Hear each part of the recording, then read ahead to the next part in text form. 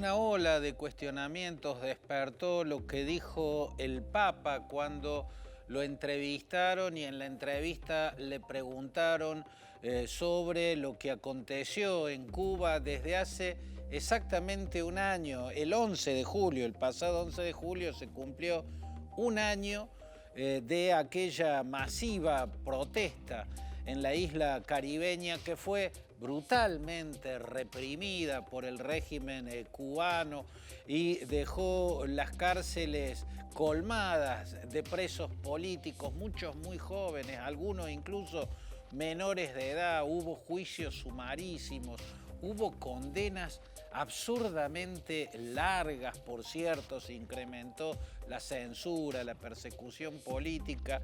Lo interrogaron de eso al Papa Francisco y por las respuestas que dio se generó un escándalo. Muchos, en muchas partes del mundo, le cuestionaron haber dicho lo que dijo. En rigor, a mí me parece más revelador lo que el Papa Francisco no dijo que lo que dijo.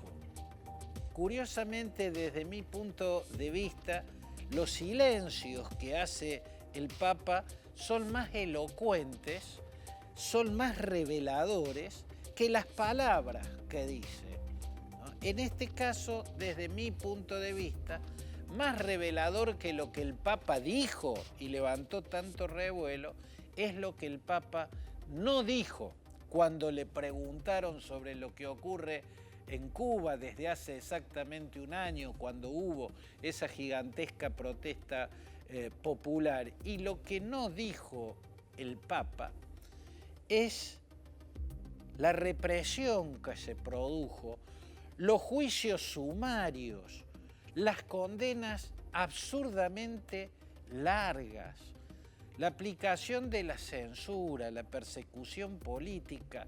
No mencionó eso, nada menos que eso quedó en el silencio del Papa y no en las palabras. Por eso digo que lo más revelador, lo más significativo, no está en lo que el Papa dijo, está en lo que el jefe de la Iglesia Católica calló, no dijo.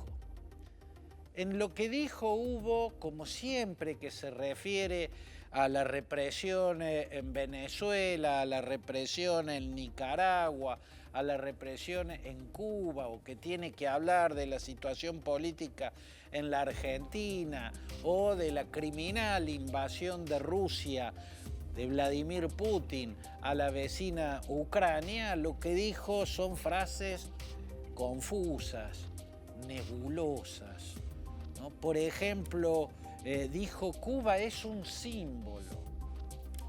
Cabe la pregunta, ¿un símbolo de qué?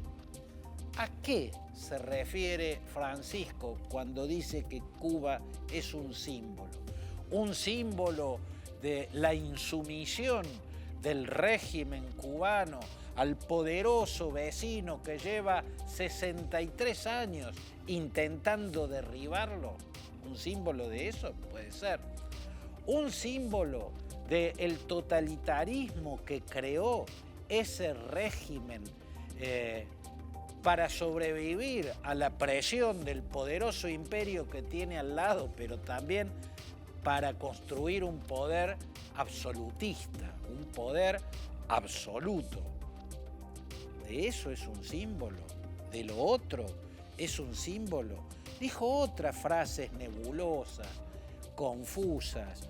Habló de tener un vínculo humano con Raúl Castro. Dijo textualmente: confieso que tengo un vínculo humano con Raúl Castro.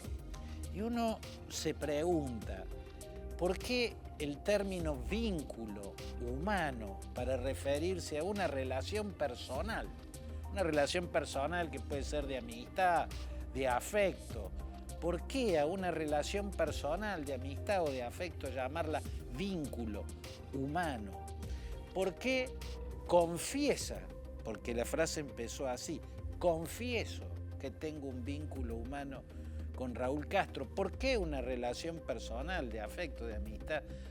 debe ser confesada, que hay de pecado para que tenga que confesarla.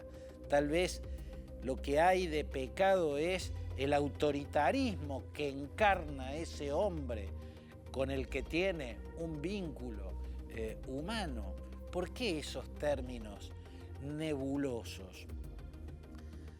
Siempre que el Papa se expresa sobre Cuba o tiene que pronunciarse sobre Cuba, sobre Venezuela, sobre Nicaragua, incluso sobre la política argentina, más cuando está referida al kirchnerismo, o sobre Rusia, naufraga en esas nebulosas, aparecen esos balbuceos de frases confusas, ¿no? Aparecen los silencios, las no palabras, que son más reveladoras que las palabras efectivamente pronunciadas. ¿Por qué? La respuesta que daría el mismo Papa es por su posición ideológica. Tiene problemas para referirse a las represiones, censuras, persecuciones, al autoritarismo en esos regímenes porque tiene comunidad ideológica con ellos, porque tiene identificación ideológica por ellos. A esto lo insinúa el propio Papa cuando habla de los que lo llaman comunistas. También lo dicen el grueso de sus enemigos, casi la totalidad. Yo por donde me asomo escucho que los críticos del Papa, al referirse a estos silencios, a estas frases nebulosas, a estos naufragios que siempre se producen cuando de esos países se trata, dicen que es porque ideológicamente es afín, porque es un Papa comunista, porque es un Papa populista. Personalmente yo creo que no es así. Personalmente yo creo que no tiene nada que ver la ideología. Me parece que la explicación está en otra parte. Porque si fuese por identificación ideológica con esos regímenes que se autoperciben de izquierda, en el caso de los latinoamericanos que señale, el régimen residual chavista en Venezuela, el régimen marital de Daniel Ortega y Rosario Murillo en Nicaragua, el régimen castrista ahora encabezado por Miguel Díaz-Canel en Cuba, el kirchnerismo en la Argentina, que no logró crear un régimen, pero que muchas veces parece estar empeñado en eso o en algo parecido. Estos regímenes o estos movimientos se autoperciben de izquierda, o lo son. Pero Rusia no tiene nada que ver. El gobierno, el régimen de Vladimir Putin encarna el expansionismo autoritario y ultrarreligioso del zarismo. El régimen de Vladimir Putin expresa los valores ultraconservadores de la Iglesia cristiana ortodoxa de Rusia. Eso es lo que expresa. Nunca ni presume ni se autopercibe de izquierda ni nada que se le parezca. Vladimir Putin es un régimen de corte zarista, ideológicamente zarista y ultraconservador como la Iglesia cristiana ortodoxa en la cual se apoya. Entonces, la pregunta es, si los gobiernos o regímenes latinoamericanos y movimientos que se autoperciben de izquierda y Rusia, que no se autopercibe nada ni le interesa, sino que más vale un régimen ultraconservador que practica un militarismo expansionista como el que practicaron los zares, los primeros zares, los constructores del Estado, Iván III Vasilievich, su nieto, Iván IV Vasilievich, Pedro el Grande, Catalina II de Rusia o Catalina la Grande. Eso es ideológicamente Vladimir Putin y eso está plenamente en su accionar. Entonces, ¿qué tienen en común esos regímenes donde naufraga el Papa Francisco cada vez que tiene que hablar de ellos? Lo que tienen en común, desde mi punto de vista, y aquí va mi hipótesis de explicación de por qué los balbuceos nebulosos del Papa y esas no palabras que son más reveladoras que las palabras que pronuncia, ese ser más elocuente en lo que no dice que en lo que dice. Bueno, lo que tienen en común son el protagonismo, o es el protagonismo de los aparatos de inteligencia en la construcción de poder. Ese es el elemento común entre el régimen de Vladimir Putin, dicho sea de paso, ex espía del KGB en el destacamento en Dresde, Alemania Oriental, desde donde comandaba la Stasi, la policía política de la RDA. Eso es lo que tiene en común el régimen de este ex espía que gobierna Rusia con ideales ultraconservadores y los regímenes y movimientos latinoamericanos que se autoperciben de izquierda y que son altamente represivos y corruptos. Eso es lo que tienen en común. ¿Y por qué este factor en común, los aparatos de inteligencia? Porque al G2 inicialmente lo diseñaron agentes del KGB, estrategas del KGB soviético. Cuando triunfó la revolución de Fidel Castro, Ernesto Guevara, Camilo Cienfuegos, el comandante Camagüey, Huber Matos y tantos otros, fue uno de los barbudos de La Habana el que creó los servicios de inteligencia, pero pronto a ese guerrillero lo hicieron de un lado y vinieron expertos del KGB, estrategas del KGB, y diseñaron el G2, el aparato de inteligencia del régimen castrista. Y ese aparato de inteligencia supo hacerle un blindaje perfecto al régimen de Fidel Castro.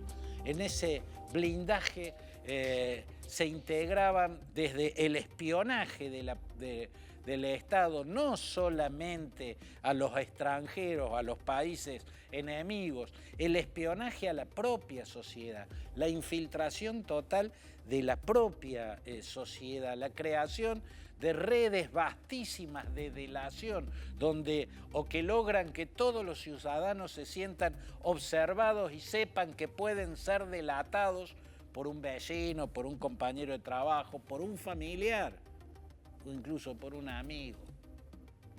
Ahí esos aparatos de inteligencia son una creación totalitaria y fueron expertos del KGB los que se los dieron a Cuba, los que diseñaron el G2.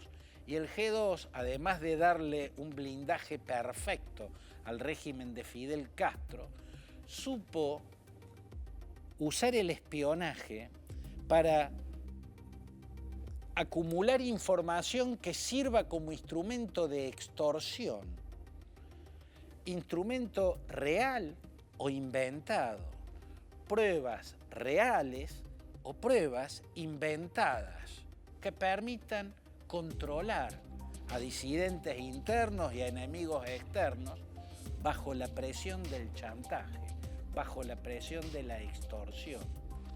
El G2 fue el que diseñó el aparato de inteligencia que le dio un formidable blindaje al régimen residual chavista, un régimen calamitoso, corrupto, ruinoso, el que impera en Venezuela, y sin embargo no cae.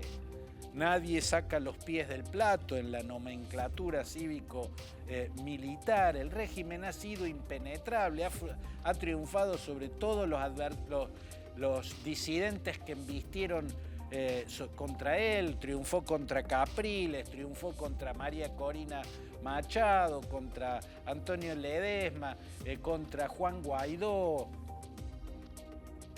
Es el aparato de inteligencia lo que le dio ese blindaje, y al aparato de inteligencia lo diseñó el espionaje cubano. Yo creo que en los aparatos de inteligencia de esos regímenes y en esa maestría siniestra que tienen para encontrar información comprometedora o para inventarla, estaría la explicación de por qué el Papa Francisco, Jorge Bergoglio, naufraga en estos países, porque de Bergoglio en su pasado no se sabe que haya sido de izquierda, no había sido de izquierda, era un sacerdote pobrista, era un jerarca de la Iglesia Católica que siempre estuvo con la iglesia de los pies en el barro, con la iglesia de al lado de los pobres, pero nunca estuvo con los teólogos de la liberación, más vale estaba en la vereda conservadora y tradicionalista en materia de interpretación teológica, en materia de posicionamiento frente a las tradiciones litúrgicas, más vale era de una vereda conservadora. No es, desde mi punto de vista, un supuesto izquierdismo que el propio Papa se adjudica desde que se sentó en el trono de Pedro, nunca antes lo había hecho, pero desde que es Papa sí, no está ahí la explicación de esos naufragios. Desde mi punto de vista está en los servicios de inteligencia, que son lo único que tienen en común y no la ideología, los regímenes latinoamericanos señalados y el ultraconservador régimen que impera en Rusia. Ahora, de por qué los aparatos de inteligencia pueden tener un papa, nada menos que un papa, bajo su control, eso es algo que abordaremos en una próxima página.